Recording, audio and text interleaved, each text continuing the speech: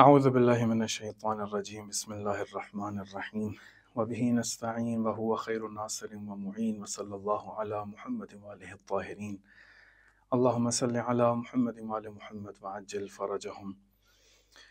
سب سے پہلے تو آج رات کی مبارکباد آپ لوگوں کے لیے، امام باقر علیہ السلام کی ولادت ہے۔ خداوند عالم سے اس دعا کے ساتھ آغاز کرتے ہیں کہ پروردگار باقر العلوم کے صدقے میں ہمارے تاریک قلوب کو علم و معرفت اہل بیت سے منور فرماتے ہیں انشاءاللہ، اور خداوند عالم ہمارا یہاں پر بیٹھنا اپنی بارگاہ میں قبول فرمائے، اور یہ جو بھی نیا سال بھی شروع ہو رہا ہے انشاءاللہ تعالی، اس میلادی سال کے آغاز میں یہ دعا کرتے ہیں کہ پروردگار آج رات کی بھی اس برکت کے صدقے میں اور اس سال کے آغاز کے صدقے میں یہ سال انشاءاللہ ظہور کا سال قرار پائے، اور ہماری ان آنکھوں کو، ہمارے اس قلوب کو، ہمارے نفوس کو، ہمارے ابدان کو وہ مہدی آخر الزمان کا سورج طلوع ہوتا دیکھنا نصیب فرمائے انشاءاللہ۔ خداوند عالم ان دعاؤں کو مستجاب کرے گا۔ آج جس موقع کے لیے، جس مناسبت پہ ہم لوگ یہاں پر اکٹھے ہوئے ہیں، اور جو موضوع مجھے دیا گیا وہ خود آیت اللہ مصباح یزدی رحمۃ اللہ علیہ کی کتب کے حوالے سے گفتگو ہے، لیکن مقدمتاً کچھ گفتگو کرنا چاہوں گا تاکہ ہم لوگ بہتر طریقے سے اپنے موضوع میں وارد ہو سکیں، اور بہتر طریقے سے اپنی اس کتب شناسی کے حوالے سے اپنے آپ کو آمادہ کر سکیں۔ اگر انسان توجہ کرے تو اس دنیا میں حقیقت تک پہنچنے کے لیے وہ بہت زیادہ انسان جستجو کرتا ہے، بہت زیادہ کوشش کرتا ہے۔ اگر ایک جملے میں اس طرح سے کہنا چاہوں تو اس دنیا کے رازوں میں سے سب سے خوبصورت راز وہ حقیقت ہے کہ جہاں پر انسان جاننا چاہتا ہے کہ کس نے اس کو بھیجا ہے، جہاں پر انسان پہچاننا چاہتا ہے اس ذات کو کہ جو اس کی خالق ہے، جہاں پر انسان اس کائنات میں آنے کا اپنے مقصد کو پہچاننا چاہتا ہے، جاننا چاہتا ہے، اس کی طرف بڑھنا چاہتا ہے۔ اس دنیا میں بہت سارے لوگوں کو آتا ہوا دیکھ رہا ہے، بہت سارے انسانوں کو جاتے ہوئے دیکھ رہا ہے، کسی کو شہادت کی سعادت نصیب ہوتے دیکھ رہا ہے، کسی کو ہلاکت کے اندر دیکھ رہا ہے، کسی کو اس دنیا سے جاتے ہوئے ہی سب اس کے بارے میں یہ کہہ رہے ہیں کہ یہ فنار ہوا ہے۔ بہت ساری چیزوں کو انسان اس دنیا کے اندر ملاحظہ کر رہا ہے، لیکن ان تمام کی حقیقتوں کی جستجو میں رہتا ہے۔ یہ آ رہا ہے کس مقصد کے لیے آ رہا ہے، کون بھیج رہا ہے، کس مقصد کے لیے بھیج رہا ہے، اس کو مقصد بتانے کے لیے کیا کوئی اس دنیا کے اندر اسی خالق نے بھیجا ہے، نہیں بھیجا ہے۔ اس کے علاوہ اس دنیا میں رہتے ہوئے انہی اعضاء و جوارح کے ساتھ اس نے کون کون سے اعمال بجا لانے ہیں، کس طریقے سے اس نے ایسا فعل انجام دینا ہے کہ جس کے نتیجے میں یہ اپنے مقصد حیات کے قریب ہوتا چلا جائے، کس طریقے سے اس نے کوئی ایک ایسا عمل انجام دینا ہے جس کے نتیجے میں وہ جو اس کی عاقبت ہے، وہ جو اس کی آخرت ہے وہ بہتر سے بہتر ہوتی چلی جائے۔ بس پتہ یہ چلا کہ اگر ہم لوگ تھوڑی سی توجہ کریں اس جملے کی جانب کہ ہمارے پاس سب سے خوبصورت اگر اس دنیا کے رازوں میں سے کوئی راز ہے تو وہ حقیقت ہے، اور ہر انسان اس حقیقت تک پہنچنے کے در پہ ہے۔ بعض اوقات انسان نے کیا کیا، عقل کو استعمال کیا، اور عقل ہی کو کافی جانتے ہوئے اس نے اس حقیقت کی جستجو کرنا شروع کر دی۔ جب اس نے عقل کو کافی جانتے ہوئے حقیقت کی جستجو کرنا شروع کی تو اسی دنیا میں بہت سارے اپنی ہی عقل کے ذریعے بہت سارے نظام بنانا شروع کر دیے۔ جب اس نے نظام بنانا شروع کر دیے، کچھ عرصے کے بعد اسی کی عقل نے درک کرنا شروع کیا کہ یہ جو نظام اس کی عقل نے بنایا تھا وہ درست نہیں تھا۔ اس نے بہت سارے ایسے قوانین بنانے شروع کر دیے کہ دیکھیے آپ جب بھی کسی چیز کو سوچتے ہیں، اس کے اندر کسی ایرر کو دیکھتے ہیں، ایرر کرنے کے جیسے ہی ایرر کو دیکھتے ہیں اس کے بعد دوبارہ سے نیا ایک تکامل جنم لیتا ہے اور انسان کمال کی طرف بڑھنا شروع کر دیتا ہے۔ بس جنہوں نے صرف عقل کے اوپر اکتفا کیا، اور اس دنیا میں بہت سارے آپ اس طرح کے لوگوں کو، بہت سارے مفکرین کو یہ کہتے ہوئے دیکھیں گے کہ اللہ تعالیٰ نے جب ہم لوگوں کو عقل ہی دی ہے تو عقل اس وجہ سے دی ہے تاکہ انسان خود سے اپنا نظام بنا سکے، خود سے اپنے آپ کو منظم کر سکے، خود سے اپنے آپ کو ایک ایسے سانچے کے اندر ڈھال سکے کہ جس کے نتیجے میں وہ اپنے مقصد حیات کو پا سکے۔ بس جنہوں نے عقل کا صرف انتخاب کیا، ہم نے ان کو بھی دیکھا کہ کس طریقے سے عقل کے انتخاب کے نتیجے میں بھی بہت ساری غلطیوں، بہت سارے اشتباہات، اور صرف خود نہیں بلکہ معاشرے کے اوپر تجربہ کرنے کی وجہ سے بہت سارے افراد کو بھی اپنے ساتھ لے ڈوبے۔ ان کی عقل نے قانون بنایا لیکن بہت سارے افراد کو بھی ساتھ ہی ڈبو دیا۔ ان کی عقل نے ایک نظام بنایا لیکن بہت سارے معاشروں کو، بہت ساری اقوام کو، بہت سارے افراد کو، بہت سارے انسانوں کو انہوں نے اپنے ساتھ ہی اس گڑھے کے اندر، اس ظلمات کے اندر، اس جہالت کی وادی کے اندر دھکیل دیا، کہ جس کے اندر وہ خود سے موجود تھے۔ ایک دفعہ اسی حقیقت کی جستجو کے لیے ایک اور فکر آئی اور اس نے آ کر کہا کہ ہم لوگوں کو عقل کا استعمال نہیں کرنا ہے، ہم لوگوں کو صرف اور صرف نقل کا استعمال کرنا ہے۔ بس تعطیل عقل کے قائل ہو کے کہا کہ ہم لوگوں کو عقل کا استعمال نہیں کرنا، عقل معطل ہے، عقل کی چھٹی، عقل ابھی ہم لوگ استعمال نہیں کریں گے چونکہ ہمارے پاس ایک پورا نظام موجود ہے، ہمارے پاس خداوند عالم نے ایک ایسا نظام دیا۔ عقل کی تعطیل کے قائل ہوئے، عقل کے بالکل ہی اپنی زندگی کے اندر کسی بھی کردار کے یا نقش کے ادا کرنے کے خلاف ہو گئے اور کہا کہ جو بھی عقل استعمال کر رہا ہے بس اس کا مطلب یہ ٹھہرا کہ وہ خداوند عالم سے دشمنی مول لے رہا۔ اور ہم نے دیکھا کہ جنہوں نے عقل کو معطل کیا ان لوگوں نے جب نظام بنانا شروع کیے تو آج کل وہ دہشت گردوں کی شکل میں موجود ہیں پوری دنیا کے اندر۔ جہاں پر بھی آپ کو تشدد نظر آتا ہے وہ اسی وجہ سے دکھائی دیتا ہے چونکہ وہاں پر عقل کو معطل کیا گیا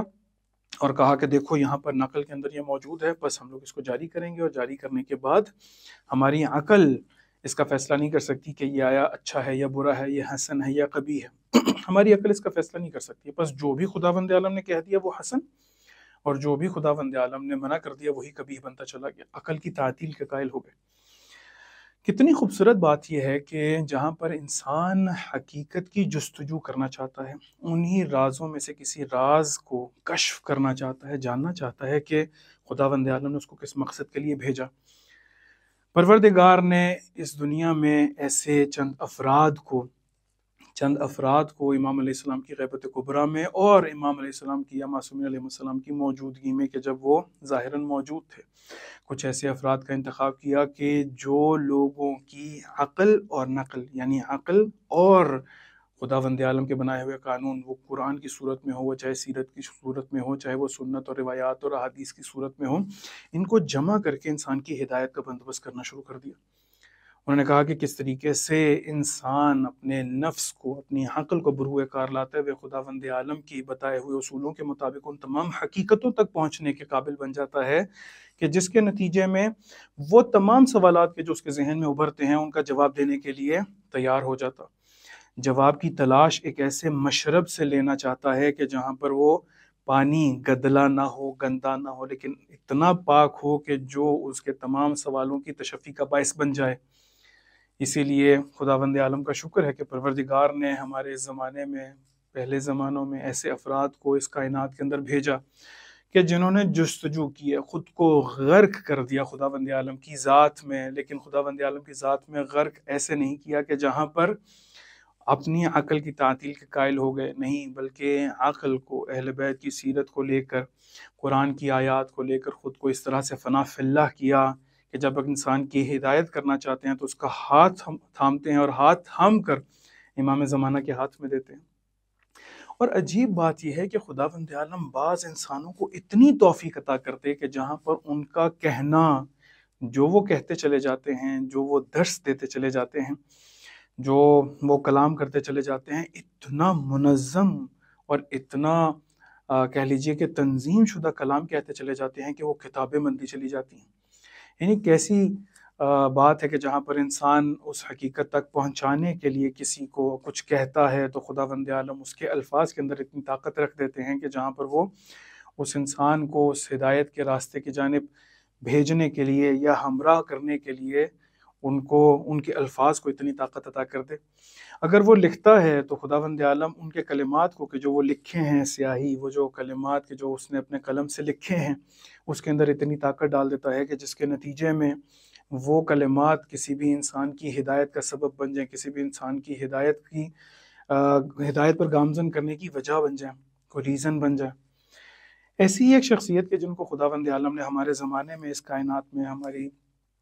پیش رفت کے لیے اور ہم لوگوں کو آگاہ کرنے کے لیے، متوجہ کرنے کے لیے بھیجا کہ جن کے کلمات درس کی صورت میں ہوں، تو پروردگار نے ان کو اتنی طاقت عطا کر دی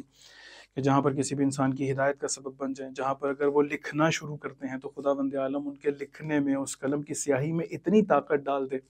چونکہ اگر دیکھا جائے تو قلم کی سیاہی ہے، وہ کچھ بھی لکھا جا سکتا ہے، کسی بھی زبان میں لکھا جا سکتا ہے، کچھ بھی لفظ اور کچھ بھی کلمات لکھے جا سکتے ہیں، لیکن پروردگار کسی بھی انسان کے نفس کو اتنا پاکیزہ دیکھتا ہے کہ جہاں پر اس کی قلم کی سیاہی کو بھی اس قدر مضبوط کر دیتا ہے، اس قدر ان الفاظ کے اندر قدرت عطا کر دیتا ہے کہ جہاں پر کسی بھی انسان کی بے راہ روی کا شکار ہونے سے اس کو محفوظ رکھنے کا سبب بن جاتے ہیں۔ ایسی ہی ایک شخصیت کے جن کے ذکر میں آج کل ہم لوگ مشغول ہیں، وہ علامہ مصباح یزدی، محمد تقی مصباح یزدی ہیں رحمۃ اللہ علیہ، کہ آج ان شاء اللہ تعالی ہم لوگ ان کی کچھ کتابوں کے حوالے سے آپ کی خدمت میں عرض کریں گے۔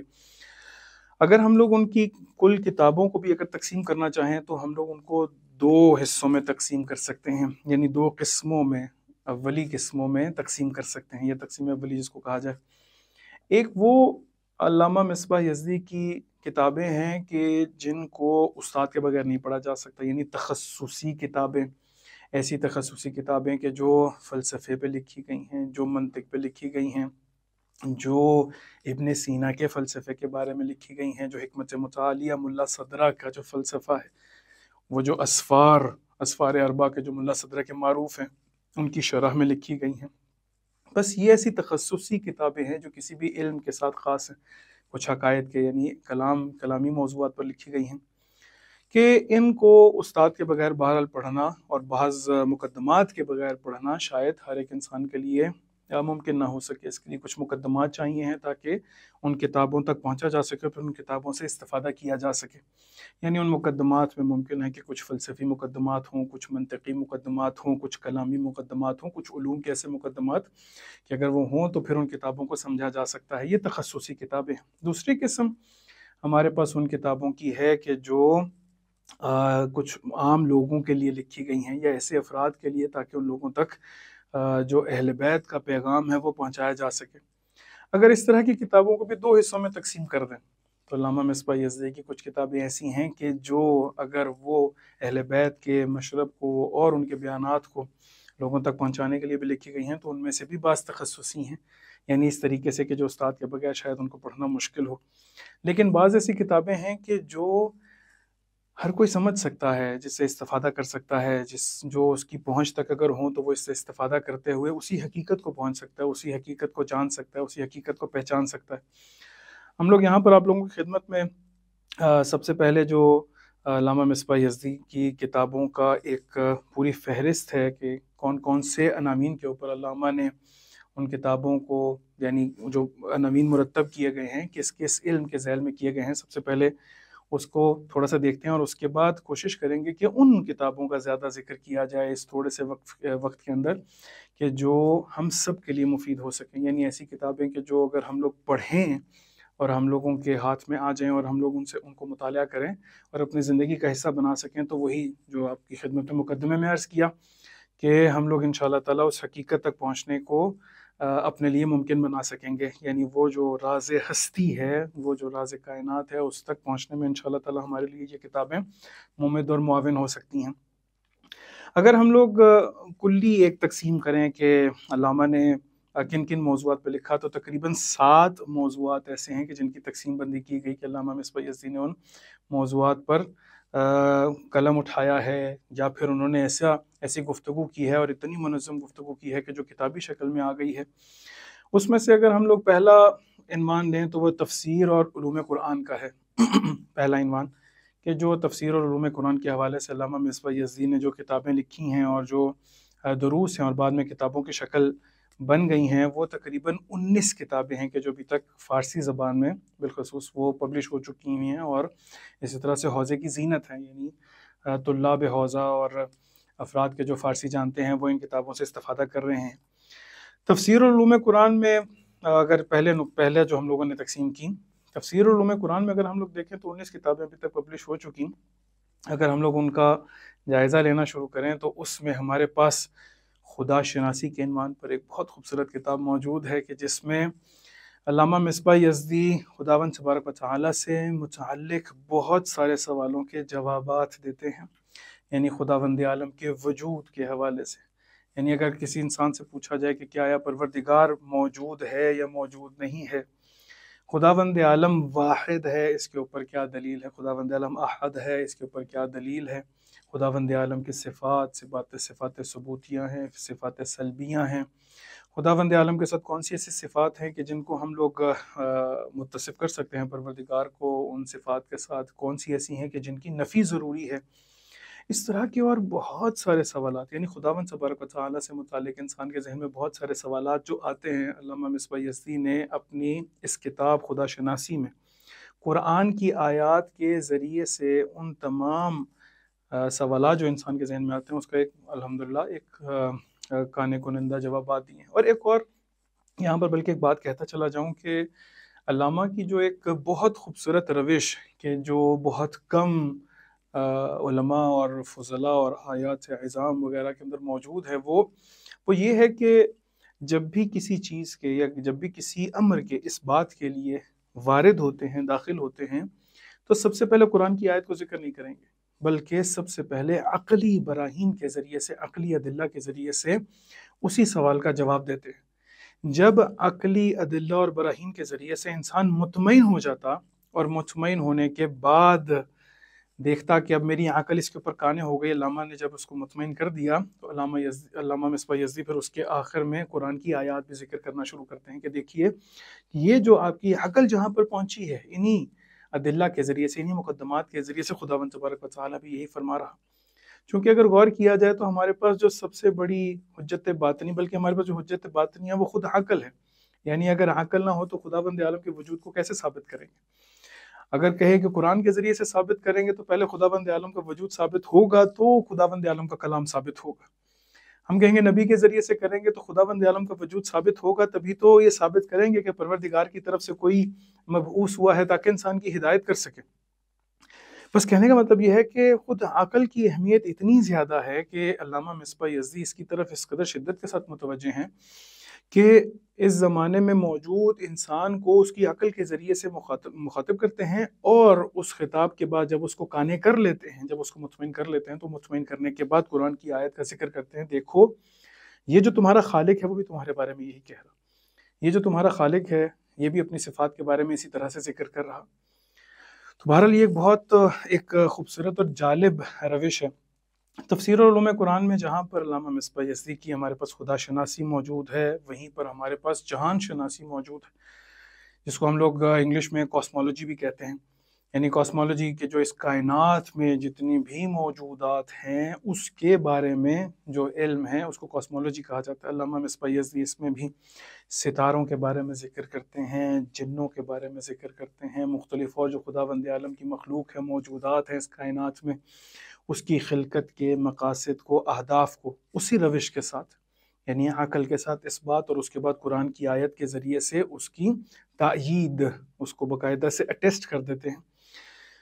اس کے بعد ہمارے پاس جہاں پر تفسیر اور علوم قرآن کی اور کتابیں موجود ہیں کہ جس کو تفسیر موضوعی بھی کہا گیا، انسان شناسی ہے، خود انسان کے بارے میں، انسان کی خلقت کے بارے میں، انسان کے مقصد کے بارے میں، خداوند عالم انسان کے بارے میں کیا کہتے ہیں، انسان کی ہدایت کے بارے میں، یہ ساری مباحث کی جو انسان کے بارے میں ہے وہ ہمارے پاس انسان شناسی کتاب میں وہ انجام دیتے ہیں۔ چونکہ ہمارے پاس امام باقر علیہ السلام سے روایت بھی موجود ہے کہ خداوند عالم رحم کرے اس شخص کے اوپر کہ جو 3 سوالوں کا جواب دے سکے۔ وہ کون سے 3 سوال ہیں؟ من عین، کہاں سے ہے وہ، فی عین، کہاں ہے وہ، الی عین، اس نے کہاں جانا ہے۔ تو بات تو ساری انسان ہی کی ہے کہ کہاں سے آیا ہے، کہاں پر ہے اور کہاں پر جانا ہے۔ تو اس کی بہت ہی خوبصورت تبیین آیات قرآنی کے ذریعے سے علامہ مصباح یزدی اپنی انسان شناسی کتاب میں کرتے ہیں۔ چوتھی کتاب جو تفسیر اور علوم قرآن کے حوالے سے مفید ہے اور ہم لوگ اس کو مطالعہ بھی کر سکتے ہیں، وہ قرآن شناسی ہے، خود قرآن کے بارے میں، قرآن اپنے بارے میں خود کیا کہہ رہا ہے، قرآن معجزہ کیسے ہے، قرآن کن دلیلوں کی وجہ سے معجزہ ہے، معجزہ خالدہ ہے۔ اس کے علاوہ ناسخ اور منسوخ کی بحث، محکم اور متشابہ کی بحث، علوم قرآن کی جو ہمارے پاس کچھ بحوث ہیں وہ علامہ مصباح یزدی نے اس اپنی قرآن شناسی کتاب کے اندر تفسیر موضوعی کے ذیل میں انجام دی ہیں۔ اخلاق در قرآن نہایت خوبصورت کتاب علامہ مصباح یزدی کی کہ اس کے اوپر بہت کم علماء نے قلم اٹھایا ہے۔ اخلاق در قرآن مثلا انسان کہتا ہے کہ صبر ایک ایسا مفہوم ہے کہ جو اخلاقی مفہوم ہے، انسان کے لیے خداوند عالم ذکر کرتا ہے کہ وہ مع صابرین ہے، صابروں کے ساتھ ہے پروردگار، کہیں پر ان سے صابروں سے محبت کی بات کرتا ہے۔ تو خود صبر ہمارے پاس ایک اخلاقی عنوان ہے، ایک اخلاقی ٹاپک ہے، لیکن یہی صبر، یہی شجاعت، یہی جو ہمارے پاس مختلف اور اخلاقی عناوین ہیں، یہ ویلیو کب پیدا کرتے ہیں؟ یہ ویلیو کس وقت پیدا کر لیتے ہیں؟ علامہ مصباح یزدی اپنی ان کتابوں میں یعنی اخلاق در قرآن میں قرآن کی آیات کے ذریعے سے، یعنی تفسیر موضوعی ہے، خود اخلاق کی جو عناوین ہے اس کے اوپر اس میں ذکر کرتے ہیں۔ اخلاق در قرآن یعنی اتنا بڑا مجموعہ 3 جلدوں کے اوپر یہی مجموعہ موجود ہے۔ اس کے علاوہ ہمارے پاس جامع و تاریخ از نگاہ قرآن، یعنی سوسائٹی اور history according to Quran verses of Quran, اس کے اوپر علامہ مصباح یزدی نے قلم اٹھایا ہے۔ اس کے علاوہ حقوق و سیاست در قرآن ایک بہت ہی اہم موضوع، یعنی حقوق و سیاست در قرآن کا، کہ جہاں پر خداوند عالم قرآن ہی میں حقوق کی بات کرتا ہے، سیاست کی بات کرتا ہے، کہ جس سے آج کل الحمدللہ ہم لوگ بہت زیادہ دور ہیں۔ بہرحال الحمدللہ نہیں کہنا چاہیے تھا، افسوس کے ساتھ ہم لوگ اس سے بہت زیادہ دور ہیں۔ نہ ہم لوگوں کو حقوق کا معلوم ہے اور نہ ہی سیاسی بصیرت ہے، کہ جس کی وجہ سے آج ہم دنیا کے اندر جتنے بھی مشکلات دیکھ رہے ہیں، جتنے بھی مسائل دیکھ رہے ہیں، اسی وجہ سے ہیں، چونکہ ہم لوگ سیاسی اپنے کردار سے بھی ان اویئر ہیں اور حقوق سے بھی ان اویئر ہیں۔ یعنی ہم لوگ اپنے حقوق سے بھی، کہ میرا حق کیا ہے ٹورڈز اینی گورنمنٹ، ٹورڈز مثال نیبرز، اور کسی کا حق کیا ہے ٹورڈز می، یعنی میں نے کس طرح سے اس کا حق ادا کرنا، کہ جس کی وجہ سے آج ہم لوگ اس کی نابلد ہونے کی وجہ سے بہت ساری مشکلات کا شکار ہیں۔ علامہ مصباح یزدی نے اس کے اوپر بھی قلم اٹھایا اور نہایت خوبصورت جنگ و جہاد در قرآن، جہاد کے اصول، جہاد کے پہلو قرآن کے ذریعے سے اس کو ذکر کیا ہے، جہان شناسی کو ذکر کیا ہے، انسان شناسی یعنی وہی جو ہمارے پاس جو تفسیر موضوعی ہیں، راہ و رہنما شناسی، امامت کے موضوع کو بہترین طریقے سے قرآن ہی کی آیات کے ذریعے سے اسی روش، عقل کی روش کے ساتھ اس کو ذکر کرتے ہیں۔ اس کے علاوہ ایک اور جو بہرحال خوبصورت موضوع انسان سے ہٹ کر انسان سازی کا ہے، خود انسان سازی در قرآن، یعنی قرآن میں خداوند عالم انسان کو انسان بننے کے لیے کس طریقے سے ہدایت کرتا ہے، اس کے لیے تفسیر موضوعی تمام آیات کو جمع کر کے تو ایک تفسیر موضوعی ہمارے پاس انسان سازی در قرآن کی صورت میں موجود ہے۔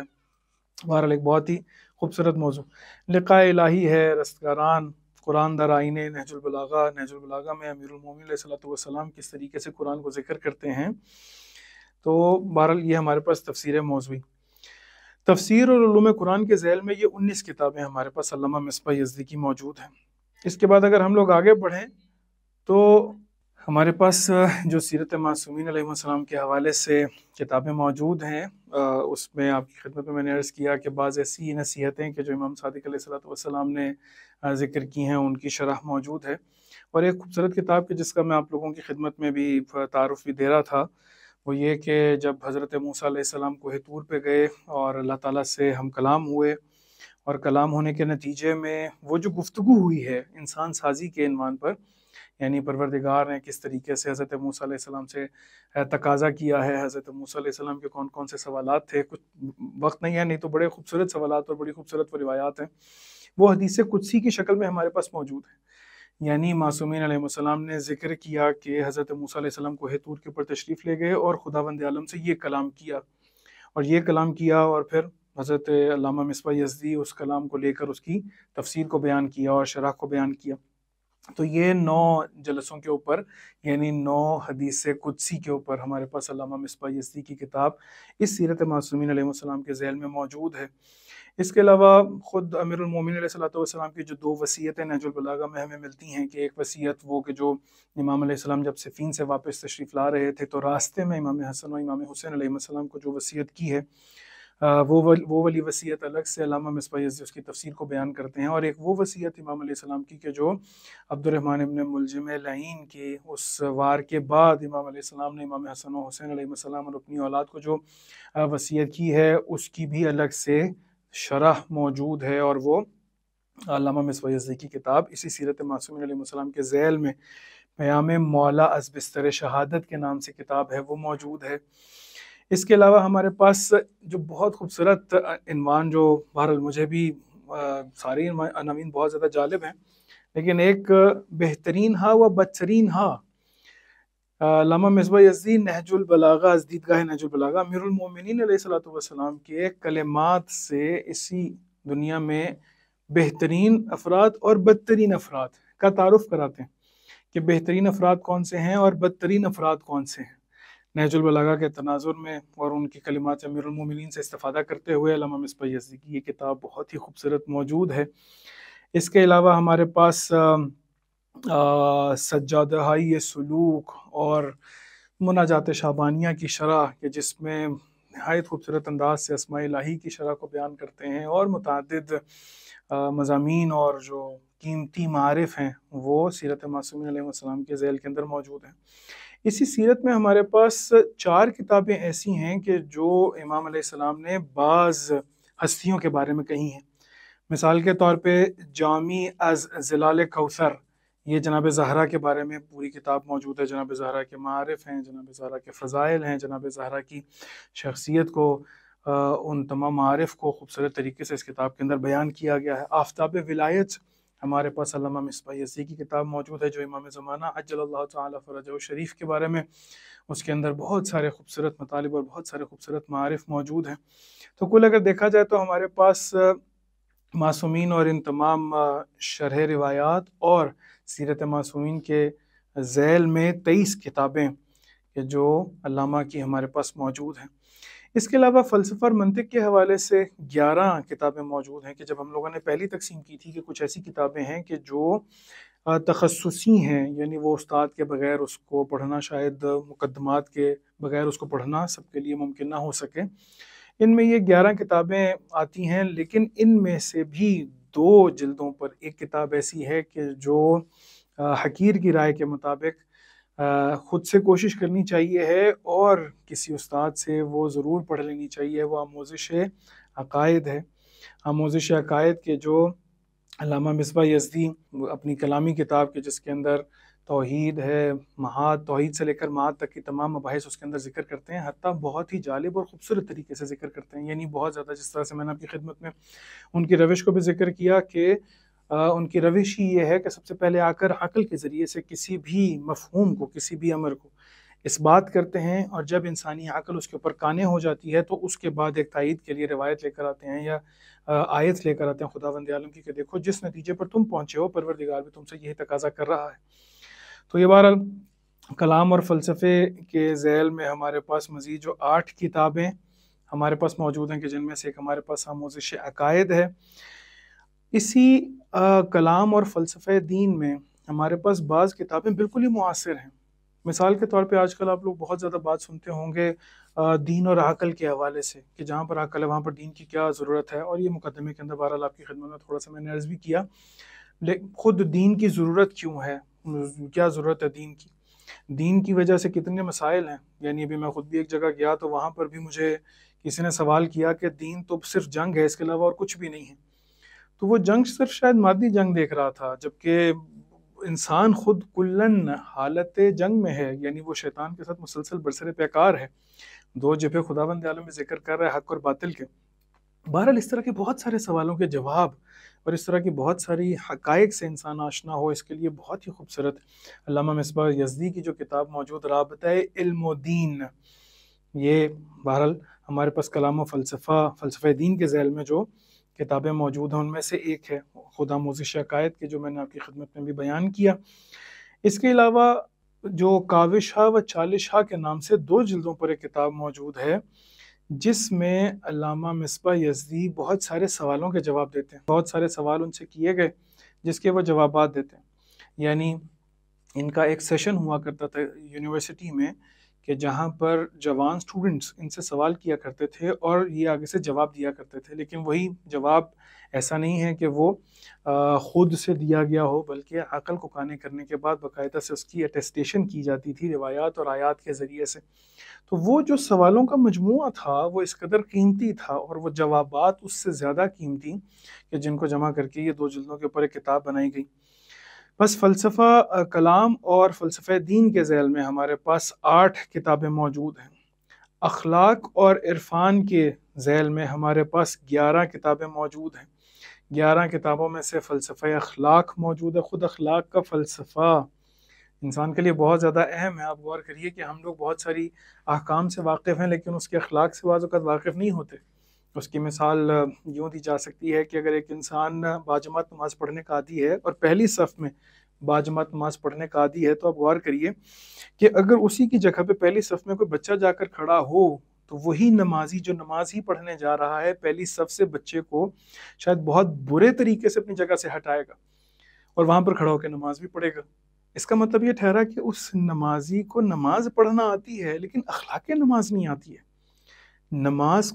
کے اخلاق کیا ہے، اس کا رویہ کیا ہونا چاہیے نمازی کا، اس کو یہ معلوم نہیں ہے۔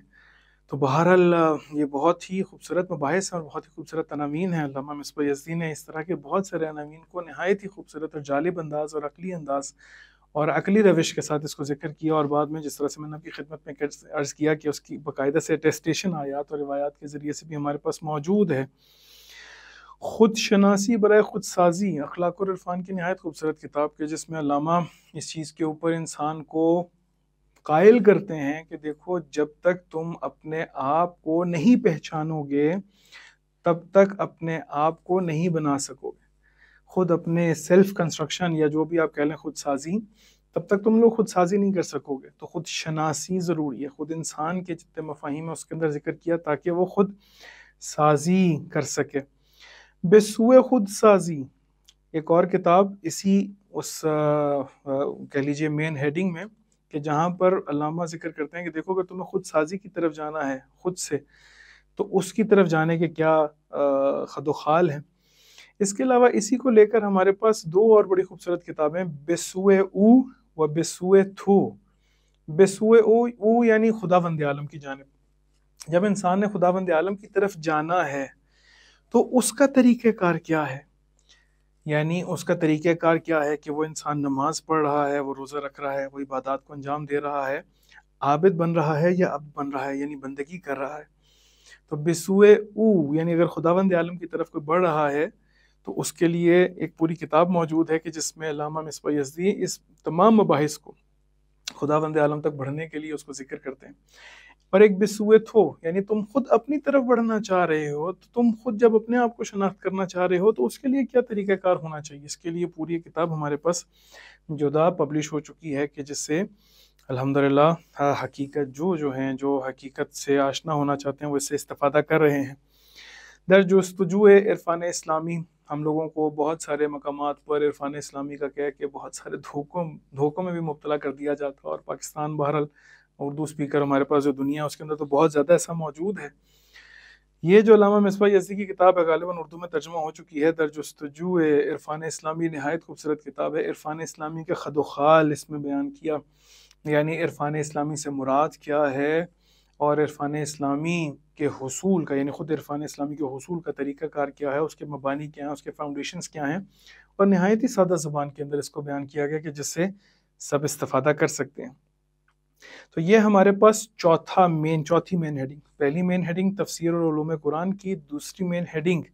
گفتار اور سیرت معصومین کی کہ جس کے ذیل میں کتابیں تھیں، تیسری مین ہیڈنگ ہمارے پاس فلسفہ و منطق کی، اور چوتھی مین ہیڈنگ ہمارے پاس کلام اور فلسفہ دین کی، پانچویں مین ہیڈنگ ہمارے پاس اخلاق اور عرفان کی کہ جس کے اندر ابھی میں نے آپ کی خدمت میں 11 کتابوں میں سے چند کتابوں کا بہرحال وقتی قلت کی وجہ سے تعارف پیش کر سکا۔ اس کے علاوہ جہاں پر آپ غور کریے کہ ایک انسان ایسا ہے کہ جو مسلسل معارف اور مسلسل عقائد اور فلسفہ اور عقلی مباحث کو انجام دے رہا ہے، وہیں پر علامہ مصباح یزدی بہت زیادہ متوجہ تھے کہ یقیناً جہاں پر ہمارے پاس یہ دین کامل ہے اور ہم لوگ امامت کے قائل ہیں، تو یقیناً جب امامت کے قائل ہیں تو امام ہی ہے جو ہماری مدیریت کرے گا، امام ہی ہے جو ہمیں ایڈمن کرے گا، یعنی ایڈمنسٹریٹر ہمارے پاس کوئی اور نہیں ہو سکتا سوائے امام کے۔ بس خود مدیریت کے عنوان کے اوپر بھی ہمارے پاس کتاب موجود ہے، اور علوم انسانی کی مین ہیڈنگ کے ذیل میں ہمارے پاس تقریباً 13 کتابیں ہیں کہ جو پبلش ہو چکی ہیں علامہ مصباح یزدی کی، اور ان سے استفادہ کیا جا رہا ہے۔ اس میں ہمارے پاس مدیریت کے حوالے سے کتاب موجود ہے، خود پیش نیاز ہائے مدیریت اسلامی، کہ پیش نیاز یعنی ہم لوگوں کو مدیریت اسلامی، اسلامک مینجمنٹ کے لیے کیا کیا چیزیں ضروری ہیں، ان کو اس کتاب کے اندر ذکر کیا گیا۔ اسی طرح سے حقوق کے حوالے سے ہمارے پاس 3 کتابیں موجود ہیں کہ حقوق بشر یعنی ہیومن رائٹس کے حوالے سے اسلامک پوائنٹ آف ویو سے ہیومن رائٹس کیا ہیں اس کو ذکر کیا گیا، ہیومن رائٹس کی فاؤنڈیشنز کو ذکر کرتے ہیں۔ 3 کتابیں ہمارے پاس حقوق کے حوالے سے موجود ہیں انہی علوم انسانی میں سے، اور علوم سیاسی کو لے کر 9 کتابیں ابھی تک علامہ مصباح یزدی کی پبلش ہو چکی ہیں، کہ جن میں سے ایک بہت ہی خوبصورت کتاب کہ جس کا اردو میں بہرحال ترجمہ بھی ہو چکا ہوا ہے، نگاہی گزرا بے نظریہ ولایت فقیہ، یعنی خود ولایت فقیہ کے حوالے سے جو ہمارے پاس عقلی مبانی ہیں، جو ہمارے پاس روائی ادلہ ہیں، جو ہمارے پاس قرآنی آیات ہیں، ہمارے پاس وہ جو روایات کے جن کے ذریعے سے ولایت فقیہ کی ولایت کو ثابت کیا جاتا ہے، وہ اسی مین ہیڈنگ کے ذیل میں وہ کتاب موجود ہے، نگاہی گزرا بے نظریہ ولایت فقیہ۔ اس کے علاوہ جوانوں کے کچھ کویسچنز پولیٹیکل، ان کے جو کویسچنز تھے جو علامہ مصباح یزدی نے ان کے آنسرز دیے ہیں، ان آنسرز اور کویسچنز کو جمع کر کے جس طرح سے پہلے کتاب کا ذکر کیا اسی طرح سے کتاب بنائی گئی، پرسشہ و پاسخہ۔ اسی طریقے سے خود سیاسی ہی نظریات کو لے کر جو سوالات کیے گئے اس کے اوپر بھی ہمارے پاس 3 جلدوں میں کتاب موجود ہے، 5 جلدوں میں ہمارے پاس کتاب موجود ہے۔ پس علوم سیاسی کے اعتبار سے دیکھا جائے تو ہمارے پاس 9 کتابیں موجود ہیں، اور اگر کلاً علوم انسانی کو دیکھا جائے تو 13 کتابیں ہمارے پاس موجود ہیں۔ آخری مین ہیڈنگ وہ ہمارے پاس جو اجتماعی اور فرہنگی کتابیں علامہ مصباح یزدی کی چھپی ہیں، اور ان کے قلم سے پروردگار نے ہم لوگوں کی ہدایت کا بندوبست کیا ہے، اس میں اجتماعی اور فرہنگی میں ہمارے پاس تقریباً 15 کتابیں موجود ہیں۔ ان 15 کتابوں میں سے انقلاب اسلامی کے حوالے سے، یعنی خود اسلامک ریولوشن کو لے کر 2 کتابیں ہیں، انقلاب اسلامی و ریشہ ہائے آن اور عبرت ہائے خرداد۔ خرداد ماہ میں جس طرح سے یہاں پر ظلم کیا گیا شاہ کے دور میں، 15 خرداد ان کا ایک مہینہ ہے، یعنی جو 12 مہینے ہیں، اس طرح سے ایک تیسرا مہینہ ان کے سال کا، چونکہ نوروز پہ ایرانیوں کا سال آغاز ہوتا ہے، یعنی فروردین، اور دوسرا مہینہ اردبہشت اور تیسرا خرداد ہے، تو اس خرداد مہینے میں کہ جو ان کا تیسرا اور ہمارا تقریباً بنے گا، یعنی مارچ اپریل مئی کے تقریباً مڈ میں کہہ لیجئے، یہاں پر شاہ کے دور میں حوزے کے اوپر ایک باقاعدہ سے کریک ڈاؤن کیا گیا، اور کریک ڈاؤن کے نتیجے میں جو یہاں پر بہت ساری شہادتیں ہوئیں، اور انقلاب کے اندر وہ جو خون اور پاکیزہ خون کا اضافہ ہوا، تو خرداد ماہ کو لے کے انقلاب اسلامی عبرت ہائے خرداد کتاب موجود ہے، انقلاب اسلامی و ریشہ ہائے آن، Islamic revolution and its foundation, یہ ایک ہمارے پاس کتاب موجود ہے۔ اجتماعی اور فرہنگی ہمارے پاس 15 کتابیں ابھی تک ایسی ہیں کہ جو علامہ مصباح یزدی کی ہمارے درمیان میں موجود ہیں۔ صرف ایسا نہیں ہے کہ انہوں نے یعنی دوسروں کو مخاطب کرتے ہوئے، بلکہ نہیں، مباحثی دربارے حوزے، ایک نہایت خوبصورت کتاب موجود ہے کہ حوزے کو کیسا ہونا چاہیے، حوزے کے طالب علم کو کیسا ہونا چاہیے، حوزے کے افراد کو کیسا ہونا چاہیے،